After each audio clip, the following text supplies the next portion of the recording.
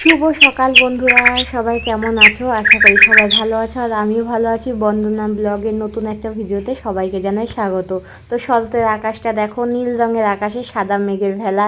এদিকে গঙ্গার ধারে কাশফুল, ভোরবেলা শিশির ভেজা ঘাস, তার মধ্যে শিউলি ফুল, একদম যেন মায়ের আগমনের অগ্রিম বার্তা দিচ্ছে প্রকৃতি আমাদের। তো পুজোর আর বেশি দিন নেই, প্রায় 100 দিন মতন আছে। তো আমরা বাঙালিরা কিন্তু যখন 100 দিন বাকি থাকে তারপর থেকে কাউন্ট শুরু করি যে কবে পুজো আসবে।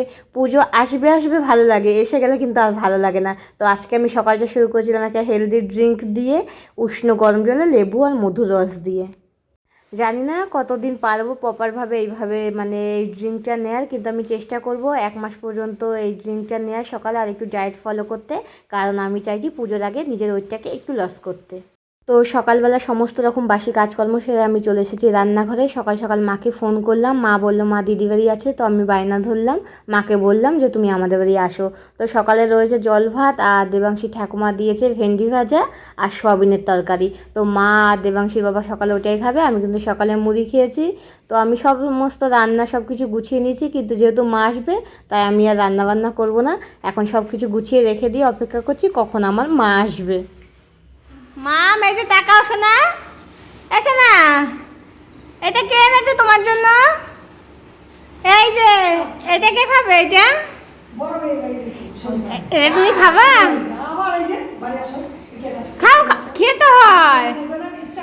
ও মা দেখো দেখো কীর্তি দেখো, খাও তুমি।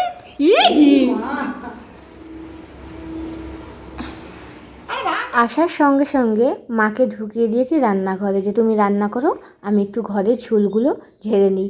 একদিনে তো সমস্ত ঘরে ঝুল ঝাড়া সম্ভব নয়, তাই ঠিক করেছি রোজ একটা একটা করে ঘর পরিষ্কার করে নেব। কিন্তু এটা অনেক পুরনো দিনের ঘর, তো যতই ঝুল পরিষ্কার করি বা পরিষ্কার পরিচ্ছন্ন রাখার চেষ্টা করি, ঘরে এত ড্যাম্প পড়া আর সানগুলো এমন হয়ে গেছে, দেখে সেই পুরনোই লাগে, নতুনের মতন সুন্দর আর লাগে না। আর অনেক দিনের পুরনো বাড়ি বলে কদিন পর পরই না মাকড়সার অনেক জাল হয়ে যায়। তো আজকে এই ঘরটা ঝুল ঝাড়বো আর খাটের নিচটা ভালো করে মুছে পরিষ্কার করব। আর তোমাদের দাদাভাইয়ের জামা কাপড়গুলো দেখো আমি আলনায় ভাঁজ করে রেখেছি। এই আলনাটা না বাইরে ছিল, তো আমি ওখান থেকে এনে আবার এখানে রেখেছি। আমার একটা বাজে অভ্যাস, শুধু এখানের জিনিস ওখানে নেওয়া আর এখানের জিনিস ওখানে নেওয়া। দেখো ফ্যানটার কি অবস্থা, নোংরা হয়েছে। তোমাদের দাদা ভাই পরিষ্কার করে না, এইসব কাজগুলো তো করতে পারে তাই না? এখন আমাকে করতে হচ্ছে এই কাজ। এই ফ্যানটার এখন এই অবস্থা, দেখি কতটা পরিষ্কার হয়, তাড়াতাড়ি করে পরিষ্কার করি।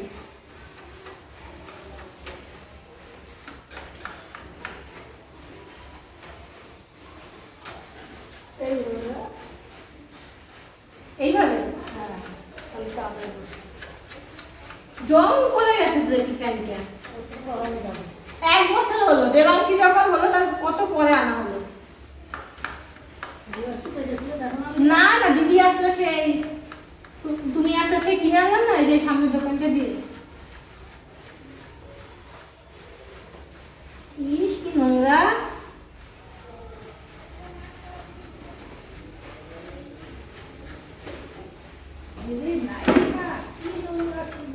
ওই খয়েরিটা? হ্যাঁ। তাহলে আজকে কাছো? আরে ও তো একটাই, তো এখানে জায়গা আছে। ও সাত দাও একটু বেশি করে।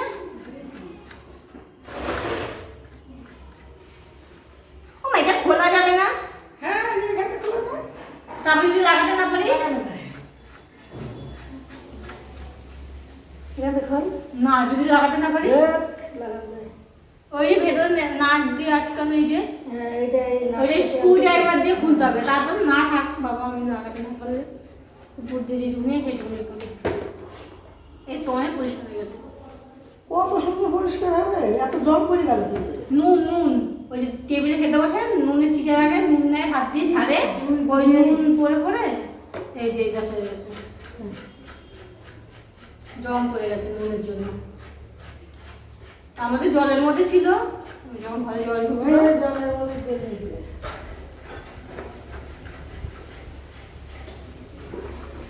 দেবাংশী তো স্নান করলো, তো স্নান করলো না, তো চলে গেল না, ও এমনি স্নান করেনি।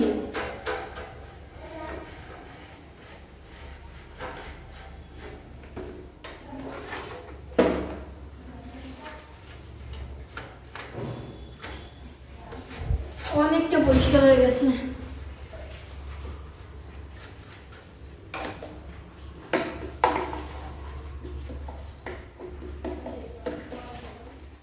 ফ্যানটা আগের থেকে অনেকটাই পরিষ্কার হয়েছে, তবুও খুব ভালো হয়নি। ফ্যানের এক সাইডে অনেকটা জং ধরে গেছে, ওই জায়গাটায় পরিষ্কার হচ্ছে না। তো আমি ঘরে ঝুল ছাড়তে ছাড়তে আবার কিন্তু এখানে ফ্যান পরিষ্কার করতে চলে এসেছি। তার জন্য মা আমাকে বকা দিচ্ছে যে একটা কাজ ঠিক করে না করে, সম্পূর্ণ না করে আর একটা কাজ ধরিস। তো আমি ফ্যানটা একটু মুছে কোনো রকমে রেখে আবার যাব ঘরে, যে ঝুল ঝেড়েছি ঝুলগুলো সব ঘরে ছিটিয়ে রয়েছে, ওগুলো ঝাড় দেবো, দিয়ে পুরো ঘর বারান্দাটা মুছে নেবো। তো দেবাংশী আজকে খুব খুশি, ওর দিদুন এসেছে।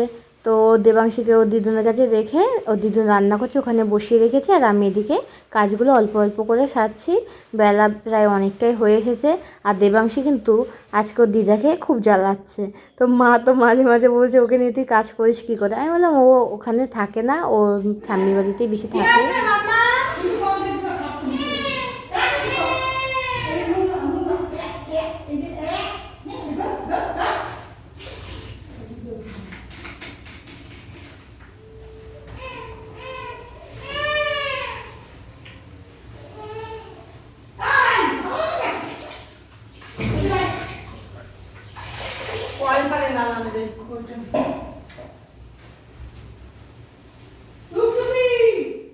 দেবাংশী দিদা তো একটু বিরক্ত হয়ে যাচ্ছে, দেবাংশী একটুখানি বদমাইশি করছে।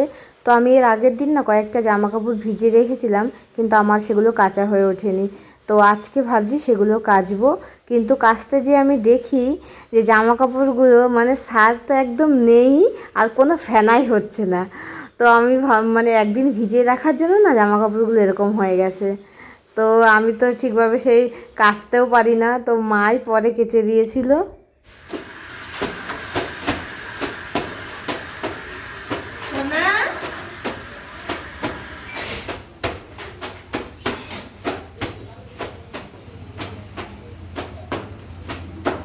পরিষ্কার হয় না তোমার, পরিষ্কার হচ্ছে না তো। রাতে ভিজিয়ে রাখার জন্য আগের দিন একটু সার্ফের মানে ফেনাও বেরোচ্ছে না, আর ড্রেসগুলো পরিষ্কার হচ্ছে না। তো আমি মাকে বলছি মা কী করবো, মা বলছে রাখ, আর অত কাজ করতে হবে না, আমি করে দিচ্ছি কয়েকটা জামা। তো মা আসলে আমার একটু ভালোই হয়, কারণ মা আসলে না আমার অনেক কাজ করে দেয়, আর মা রান্না করে রান্না বান্না করে বলে আমি বাদবাকি কাজগুলো একটু করতে পারি না। মুখে একদম ছুলি উঠে ভর্তি হয়ে গেছে, আরও বাড়বে দিলে। ফেস প্যাক মাখছি একটু বেসন দিয়ে, গোলাপ জল, টমেটোর রস সব দিয়েছি। মুখে জায়গা জায়গায় কেমন কালো কালো দাগ হয়ে গেছে, দেখি কদিন বেসন দিয়ে যদি ওঠে, সামনে পুজো আসছে।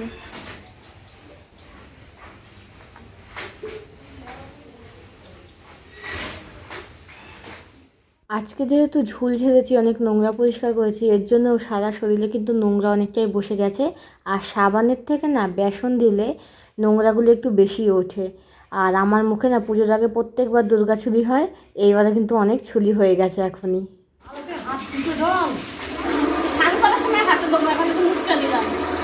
মুখটা কি হয় কি হয় পরিষ্কার হয় নাকি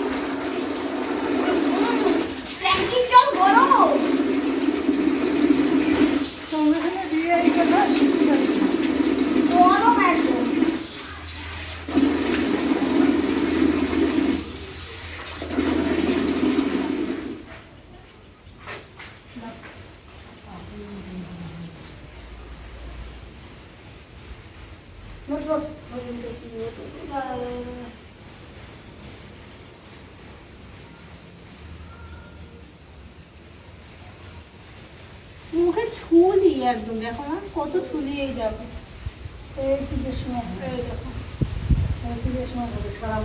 কি করছো তুমি, স্নান করছো, করো। আজকে মা ভেন্ডি আলু ভাজা, পনিরের তরকারি আর পেঁপে আলু সেদ্ধ দিয়েছিল, আর শাশুড়ি দিয়েছিল ডাল। তো আমি আর ডাল নিইনি, পনির আর পেঁপে সেদ্ধ দিয়ে ভাত খেয়েছিলাম। তো দুপুরবেলা একটু ঘুমালাম, ঘুম থেকে ওঠার পর বিকেল টাইমে দেখো কি সুন্দর হাওয়া দিচ্ছে। নীল আকাশটা কিন্তু আবার মেঘলা হয়ে এসেছে। ভাদ্র মাসে এই হয়, কখনো মেঘ আবার কখনো পরিষ্কার আকাশ। তো ভাবি দেবাংশীকে নিয়ে একটু ছাদে যাব। ওর মানে চুল নেড়া হওয়ার পর থেকে না ওর ছবি তোলা হয় না, তো ওকে নিয়ে একটুখানি কয়েকটা ছবি তুলবো। ছবি তুলবো কি, দেবাংশী তো সুস্থভাবে দাঁড়াচ্ছেই না, একবার এখানে যাচ্ছে একবার ওখানে যাচ্ছে। এ বাবা, দেবাংশী জামাটা একেবারে ছিঁড়ে গেছে, আমি দেখিনি, তো ওইটা একটু সেলাই করে দিতে হবে। তো দেবাংশীর দুই একটা ছবি তুলি, দাঁড়াও দেখাচ্ছি তোমাদের ছবিটা। চলে এসেছো এতক্ষণ পরে বাড়িতে ঢুকলে? এই দাঁত পরিষ্কার করে আসলাম। আর খাবে না, আর খাবে না তো? মনে থাকবে? কি এনেছে হাতে, এটা কি দেখি? ইংলিশটা দা দেখি। মনে হয় বিমল কথা বল বলবো। দেখো তোমাদের দাদা ভাই দাঁত ওয়াশ করে এসেছে, এসে সঙ্গে গ্লিস্টার নিয়ে এসেছে। তোমাদের দাদাভাই পান আর পান মশলা খেয়ে দাঁত একদম নষ্ট করে ফেলেছিল, তো দাঁতটা ওয়াশ করে আনলো। আর এই কোলগেটটার কিন্তু অনেক দাম, এই আমার কাছে অনেক দাম। তো এর আগে এটা ইউজ করতো, মাঝে বন্ধ ছিল, আবার নিয়ে এসেছে। এখন আর বলছে খাবে না, আমাকে কথা দিয়েছে। পান মশলা খুব নেশা ছিল, পান মশলা আর পান সব সময় খেত। ঠিক আছে, ব্লগটা আজকে এখানে শেষ করছি, সবাই ভালো থেকো। ব্লগটা ভালো লাগলে একটা লাইক কমেন্ট করে দিও। তো সামনে পুজো আসছে, কার কেমন প্রিপারেশান। আর আমার মতন যারা সাধারণত ঘরের বউ, তারা তো নিশ্চয়ই ঘরের ঝুল ঝাড়া, ঘর পরিষ্কার করা সব শুরু করে দিয়েছো।